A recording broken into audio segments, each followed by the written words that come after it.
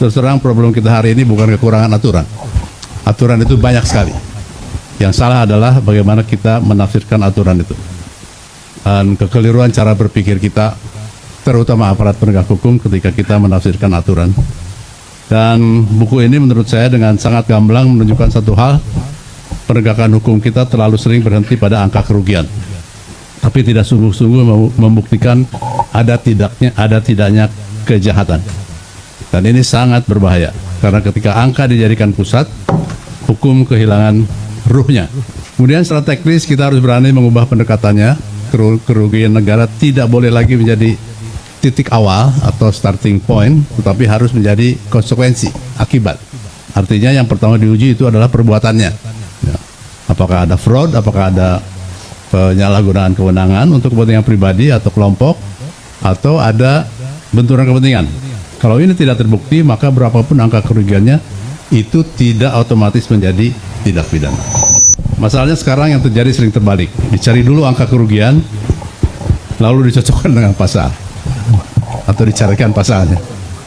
Ini bukan menegakkan hukum, ini konstruksi perkara. Yang kedua, kita harus memperketat standar kausalitas. Tidak cukup mengatakan ada kerugian. Harus dibuktikan secara teknis bahwa kerugian itu adalah akibat langsung dari tindakan melawan hukum, bukan akibat dinamika pasar, perubahan kebijakan, atau kondisi eksternal. Nah, ini yang sering diabaikan. Dan yang ketiga, perlu mekanisme uji independen. Saya berpendapat untuk perkara yang melibatkan keputusan bisnis, penghitungan kerugian negara seharusnya tidak boleh hanya berasal dari satu lembaga. Harus lebih dari satu lembaga yang lebih independen dan memiliki pengetahuan yang cukup mengenai bisnis. Harus ada panel ahli atau second opinion. Karena sekali masuk pidana, dampaknya tidak hanya ke individu, tapi ke seluruh ekosistem. Seluruh ekosistem bisnis akan terpengaruh. Dan yang paling penting, kita harus konsisten menerapkan business judgment rule secara nyata. Ya. Business judgment rule bukan sekadar sebagai jargon. Selama keputusan diambil tanpa konflik kepentingan, berbasis data, dan untuk kepentingan perusahaan, maka negara wajib melindungi. Ya. Kalau ini tidak dilakukan, maka sebenarnya kita sedang menghukum keberanian mengambil keputusan. Tapi kalau orang yang tidak korupsi, kemudian di framing bahwa dia melakukan korupsi, tidak due process of law, itu kita pertanyakan. Pak, audit BPK menyatakan mengenai penyelenggaraan haji 2024 ada efisiensi 600 miliar. Dan ini produk hukum, Pak, belum pernah dibatalkan. Kan mestinya itu dulu dikoreksi. Itu dulu dikoreksi. Oleh karena itu, justru ya Pak ya, dalam hal ini legislatif, pengawas, ya Pak, ombudsman, pengawas penegakan hukum harus cermat, Pak. Oke. Kenapa? Kalau tidak, ini akan menciptakan ya Pak ya, keadaan sebelum Undang-Undang 30 2014, di mana saat itu ya kepala daerah yang ada dinilai menyimpang di penjara, ya Pak. Akhirnya waktu itu pemerintahan stop. Kenapa? Dijadikan alat, Pak. Nggak senang sama seseorang, dilaporkan, dipidanakan. Oke. Oleh karena itu, Bapak mesti melihat Undang-Undang 30 2014 tentang administrasi pemerintahan ini suatu reformasi, Pak, untuk mengatasi adanya ketidakpastian hukum.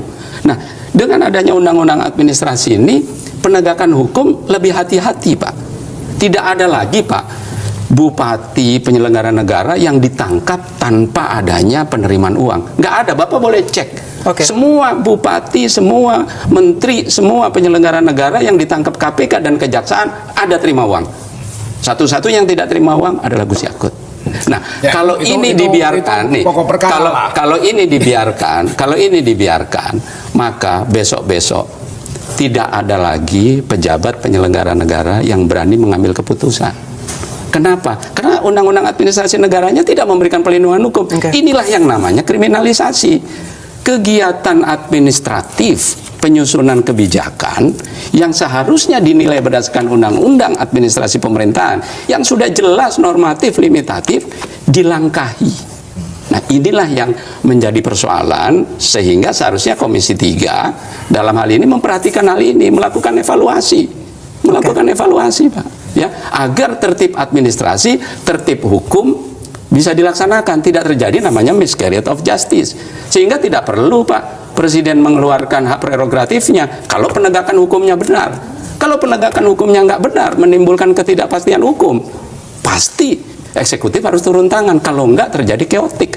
Ya, menurut saya harus fair, harus tarung di pra-peradilan untuk menguji sah tidaknya penetapan tersangka atas Gus Menteri. Kira-kira begitu. Mas, ini kan pentersangkaan Gus Yakut ini kan berdasarkan kebijakan itu kan, pengambilan diskresi 50% pembagian 50% pembagian kuota.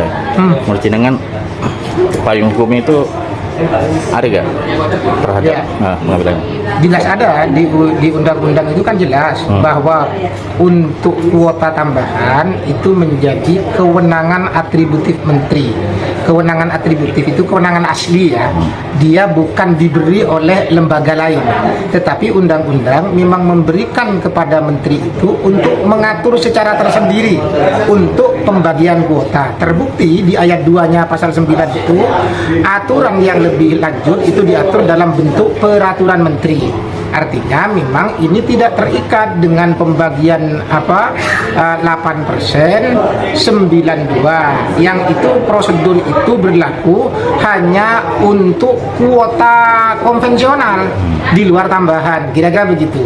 Kalau tambahan ya diatur tersendiri dalam bentuk peraturan menteri, kira-kira begitu. Kalau status tersangka ini sudah tepat atau seperti apa ya? Ya menurut saya status tersangka ini banyak keanehan karena satu, unsur pelanggaran hukumnya tidak bisa dibuktikan sebetulnya. Karena apa? Karena Gus Yakut ini sudah menjalankan kewenangannya sesuai yang diberikan oleh peraturan perundang-undangan. Lalu aturan apa yang dilanggar? Kalau tadi Mas Khalil dari hukum pidana kan ada dua pelanggaran hukum itu, ada yang formil, ada yang material. Formil itu tertera dalam peraturan perundang-undangan. Saya tidak menemukan ada aturan yang dilanggar oleh Gus Yakut dalam pembagian 50-50. Untuk pelanggaran formil umpama tidak ada kerugian negara yang kemudian ditemukan Mas Yan. KPK juga masih belum mempublish apa kerugian negaranya. Nah, kira-kira begitu. Baik pelanggaran formil maupun material masih ambigu, masih belum ditemukan. Sehingga menurut saya ya perlu diperadilan ini, diuji penetapan tersangka ini. Menurut saya begitu. Berarti itu jalur yang tepat di ya pra-peradilan. Ya, menguji penetapan tersangka itu benar apa tidak, kira-kira begitu. Kalau nilai kerugiannya belum bisa dihitung itu secara unsur mensrea gimana? Ya sangat melanggar, itu nanti Mas Khalil lah yang pidana, saya kan dari hukum administrasi. Tetapi yang saya tahu, saya kan juga sering berteman sih, berdiskusi, ngopi sama orang-orang pidana, ya memang salah satunya adalah terpenuhi niat jahat atau mens rea, kira-kira begitu. Kalau ini belum terpenuhi ya Mas? Ya tadi dari bidannya kan juga mengatakan tidak terpenuhi. Ukurannya apa? Ukurannya adalah pelanggaran hukumnya juga tidak ditemukan kok, kan kira-kira begitu. Melanggar aturan tidak, melanggaran aspek formil tidak, kan begitu. Berarti langkah terbaik Bapak untuk tim penasihat hukum Yakut pra-peradilan ya Mas ya? Ya menurut saya harus fair, harus tarung di pra-peradilan untuk menguji sah tidaknya penetapan tersangka atas Gus Menteri, kira-kira begitu.